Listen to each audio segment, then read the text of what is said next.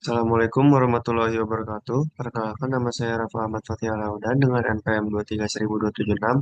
Saya di sini akan mempresentasikan tentang hukum lingkungan dan perubahan iklim pembelajaran dari legislasi internasional untuk penguatan regulasi di Indonesia dari mata kuliah Perbandingan Hukum.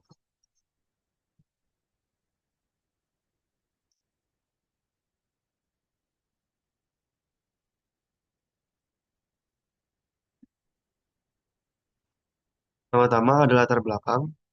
Perubahan iklim merupakan isu global yang semakin mendesak untuk ditangani karena dampaknya telah dirasakan secara nyata oleh hampir seluruh negara di dunia.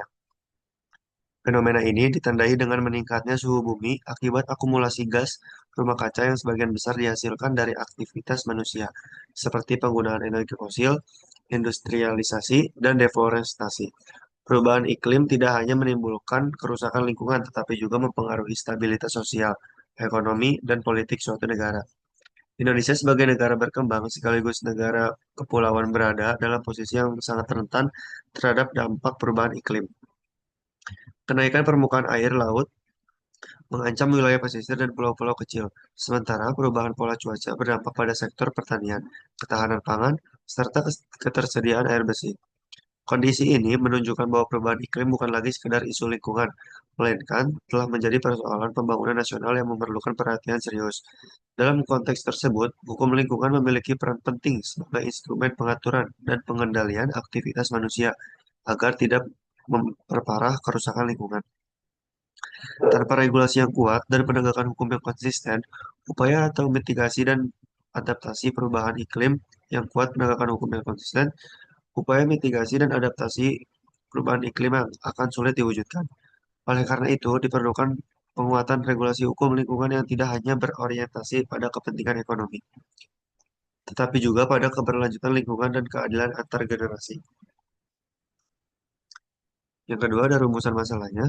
Berdasarkan latar belakang tersebut, permasalahan utama yang muncul adalah bagaimana hukum lingkungan internasional mengatur isu perubahan iklim dan sejauh mana pengaturan tersebut dapat dijadikan rujukan bagi penguatan regulasi di Indonesia.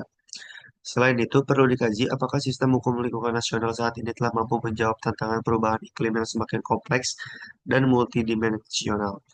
Rumusan masalah ini penting untuk memahami kesenjangan antara komitmen internasional dan implementasi di tingkat nasional.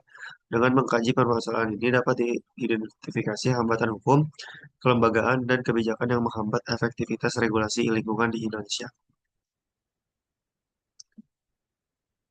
Tujuannya, kajian ini bertujuan untuk menganalisis perkembangan legislasi internasional yang mengatur perubahan iklim serta prinsip-prinsip hukum lingkungan yang menjadi landasannya.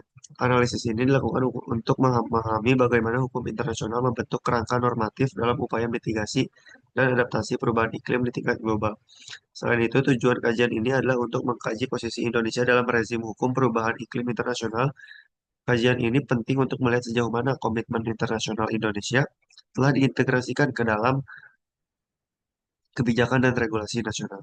Tujuan lainnya adalah merumuskan rekomendasi penguatan regulasi hukum lingkungan di Indonesia.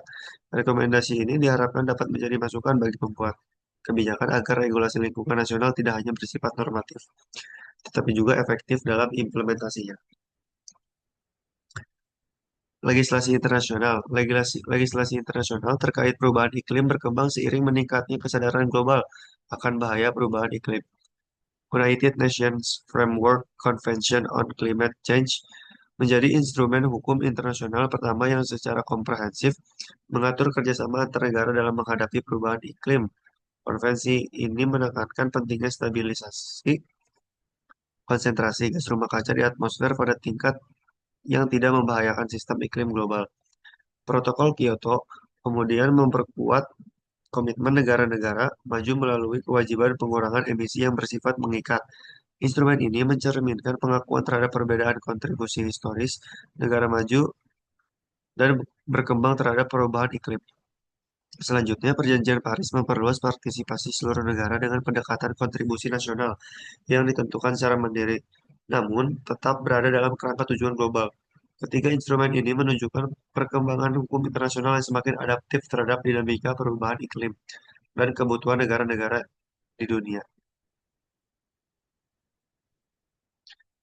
Selanjutnya ada prinsip hukum internasional. Prinsip-prinsip hukum lingkungan internasional merupakan fondasi normatif dalam pengaturan perlindungan lingkungan hidup di tingkat global, termasuk dalam menghadapi perubahan iklim. Prinsip-prinsip ini tidak hanya berfungsi sebagai pedoman moral, tetapi juga memiliki kekuatan hukum yang mempengaruhi pembentukan perjanjian internasional dan kebijakan nasional negara-negara. Keberadaan prinsip-prinsip tersebut mencerminkan perkembangan hukum yang semakin responsif terhadap tantangan lingkungan global. Salah satu prinsip utama dalam hukum lingkungan internasional adalah prinsip tanggung jawab bersama namun berbeda. Prinsip ini menegaskan bahwa seluruh negara memiliki kewajiban untuk melindungi lingkungan hidup dan mengatasi perubahan iklim. Namun, tingkat tanggung jawab tersebut tidak dapat disamaratakan. Negara-negara maju yang secara historis berkontribusi besar terhadap emisi gas rumah kaca dan memiliki kapasitas ekonomi serta teknologi yang lebih tinggi memikul tanggung jawab yang lebih besar dibandingkan negara yang sudah berkembang. Prinsip ini mencerminkan keadilan lingkungan dan menjadi dasar pembagian kewajiban dalam berbagai perjanjian internasional, termasuk UNFCCC dan Perjanjian Paris. Selain itu terdapat prinsip kehati-hatian yang mengharuskan negara untuk mengambil tindakan pencegahan terhadap potensi kerusakan lingkungan meskipun belum terdapat kepastian ilmiah yang lengkap. Dalam konteks perubahan iklim, prinsip ini sangat relevan mengingat dampak perubahan iklim bersifat jangka panjang dan seringkali dapat dipulihkan. Prinsip kehati-hatian menempatkan perlindungan lingkungan sebagai prioritas utama dalam pengambilan kebijakan dan menolak pendekatan yang menunggu kepastian ilmiah sebelum bertindak. Selanjutnya masih ada prinsip hukum internasional. Prinsip lain yang tidak kalah penting adalah prinsip pencegahan, yang menekankan bahwa kerusakan lingkungan sebaiknya dicegah sejak awal daripada diperbaiki setelah terjadi. Prinsip ini mendorong negara untuk mengintegrasikan pertimbangan lingkungan ke dalam perencanaan pembangunan dan kegiatan ekonomi. Dalam menghadapi perubahan iklim, prinsip pencegahan tercermin dalam kebijakan pengurangan emisi gas rumah kaca dan transisi menuju energi bersih. Selanjutnya, prinsip pembangunan berkelanjutan menjadi landasan utama dalam hukum lingkungan internasional. Prinsip ini menuntut keseimbangan antara kepentingan ekonomi, sosial, dan lingkungan. Pembangunan berkelanjutan menegaskan bahwa pemenuhan kebutuhan kebutuhan generasi saat ini tidak boleh mengorbankan kemampuan generasi mendatang untuk memenuhi kebutuhannya. Dalam konteks perubahan iklim, prinsip ini mendorong negara untuk mengadopsi model pembangunan yang rendah karbon dan ramah lingkungan. Selain prinsip tersebut, terdapat pula prinsip polluter pays yang menegaskan bahwa pihak yang menyebabkan pencemaran atau kerusakan lingkungan harus menanggung biaya pemulihan. Prinsip ini bertujuan untuk menciptakan keadilan dan mencegah pembebanan biaya lingkungan kepada masyarakat luas. Dalam kebijakan iklim, prinsip ini mendasari penerapan instrumen ekonomi seperti pajak karbon dan mekanisme perdagangan emisi. Prinsip-prinsip hukum lingkungan internasional tersebut tidak berdiri sendiri, melainkan saling berkaitan dan membentuk kerangka normatif yang komprehensif. Dalam menghadapi perubahan iklim, prinsip-prinsip ini menjadi rujukan penting bagi negara-negara termasuk Indonesia dalam merumuskan kebijakan dan regulasi nasional. Dengan menginternalisasi prinsip-prinsip tersebut ke dalam sistem hukum nasional, diharapkan regulasi lingkungan di Indonesia dapat lebih responsif, adil, dan efektif dalam menghadapi tantangan perubahan iklim. Selanjutnya ada hukum lingkungan di Indonesia. Indonesia telah memiliki kerangka hukum lingkungan yang relatif komprehensif melalui Undang-Undang Nomor 32 Tahun 2009 tentang perlindungan dan pengelolaan lingkungan hidup. Undang-undang ini mengatur berbagai aspek perlindungan lingkungan, mulai dari perencanaan, pemanfaatan, pengendalian, hingga penegakan hukum lingkungan. Selain itu, Indonesia juga telah menunjukkan komitmennya terhadap pengendalian perubahan iklim melalui ratifikasi Perjanjian Paris. Paris. Ratifikasi ini menimbulkan konsekuensi hukum bagi Indonesia untuk menyesuaikan kebijakan nasional dengan komitmen internasional yang telah disepakati. Namun demikian, tantangan utama masih terletak pada konsistensi, implementasi, dan penegakan hukum lingkungan. Ketidaksinkronan kebijakan antar sektor seringkali menghambat efektivitas regulasi lingkungan di Indonesia. Tantangannya dan regulasi nasional. Tantangan utama dalam regulasi hukum lingkungan di Indonesia terletak pada ketiadaan norma hukum melainkan pada lemahnya implementasi dan penegakan hukum di lapangan.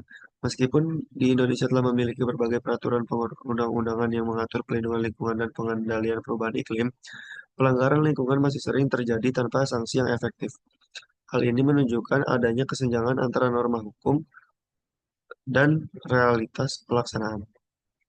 Salah satu faktor utama yang menghambat efektivitas regulasi lingkungan adalah lemahnya penegakan hukum.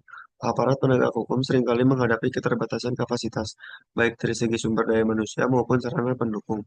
Selain itu, proses penegakan hukum lingkungan seringkali berhadapan dengan kepentingan ekonomi dan politik yang kuat, sehingga penegakan hukum yang menjadi tidak konsisten dan cenderung selektif. Tantangan lainnya adalah tumpang tindih kewenangan antar lembaga dan kurangnya koordinasi antara pemerintah pusat dan daerah. Kebijakan lingkungan seringkali tidak sinkron dengan kebijakan sektor lain, seperti pertambangan, kehutanan, dan industri.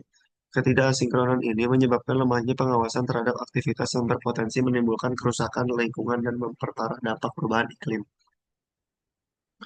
Pembelajaran internasional, pengalaman internasional menunjukkan bahwa keberhasilan kebijakan perubahan iklim sangat bergantung pada kekuatan regulasi dan konsistensi implementasinya.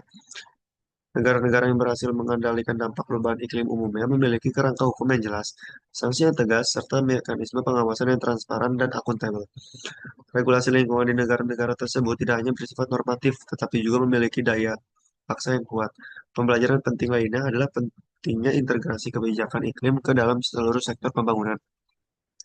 Negara-negara maju tidak menempatkan isu perubahan iklim sebagai kebijakan sektoral semata, melainkan sebagai bagian integral dan kebijakan energi, transportasi, industri, dan tata ruang. Pendekatan ini memastikan bahwa setiap kebijakan pembangunan mempertimbangkan dampaknya terhadap lingkungan dan perubahan iklim. Selain itu, keterlibatan masyarakat dan sektor swasta menjadi faktor kunci dalam keberhasilan regulasi lingkungan di tingkat internasional. Transparansi informasi, akses keadaan lingkungan, ling- serta partisipasi publik dalam pengambilan keputusan terbukti mampu meningkatkan kepatuhan terhadap hukum lingkungan dan mendorong terciptanya tata kelola lingkungan yang lebih baik. Rekomendasinya berdasarkan analisis terhadap legislasi internasional dan kondisi regulasi nasional diperlukan langkah-langkah strategis untuk memperkuat hukum lingkungan di Indonesia. Salah satu langkahnya adalah harmonisasi hukum nasional dengan prinsip dan ketentuan hukum lingkungan internasional. Harmonisasi ini penting agar regulasi nasional tidak hanya memenuhi kewajiban internasional, tetapi juga mampu menjawab tantangan perubahan iklim secara efektif. Reformasi kelembagaan juga menjadi aspek penting dalam penguatan regulasi lingkungan. Lembaga yang bertanggung jawab dalam pengawasan dan penegakan hukum lingkungan perlu diperkuat baik dari segi kewenangan maupun kapasitas. Selain itu, diperlukan mekanisme koordinasi yang lebih efektif antar lembaga untuk menghindari tumpang tindih kewenangan dan konflik kebijakan. Selain itu, penguatan peran masyarakat dan akses terhadap keadilan lingkungan perlu menjadi bagian dari reformasi hukum lingkungan. Masyarakat harus diberikan ruang yang lebih besar untuk berpartisipasi dalam pengawasan lingkungan dan mengajukan gugatan terhadap pelanggaran lingkungan. Pendekatan ini tidak hanya meningkatkan akuntabilitas, tetapi juga memperkuat legitimasi hukum lingkungan di mata publik.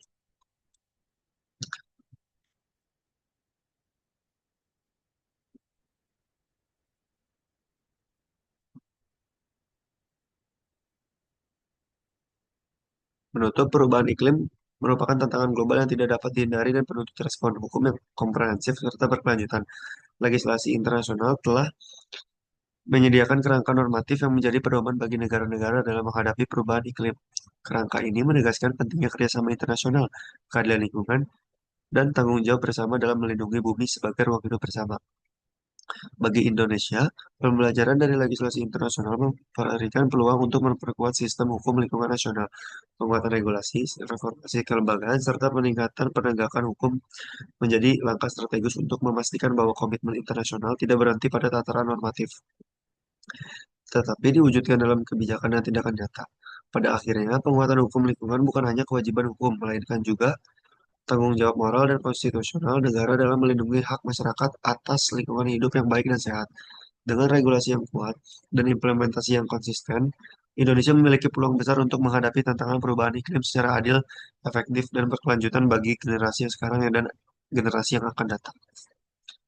Cukup sekian dari saya. Wassalamualaikum warahmatullahi wabarakatuh.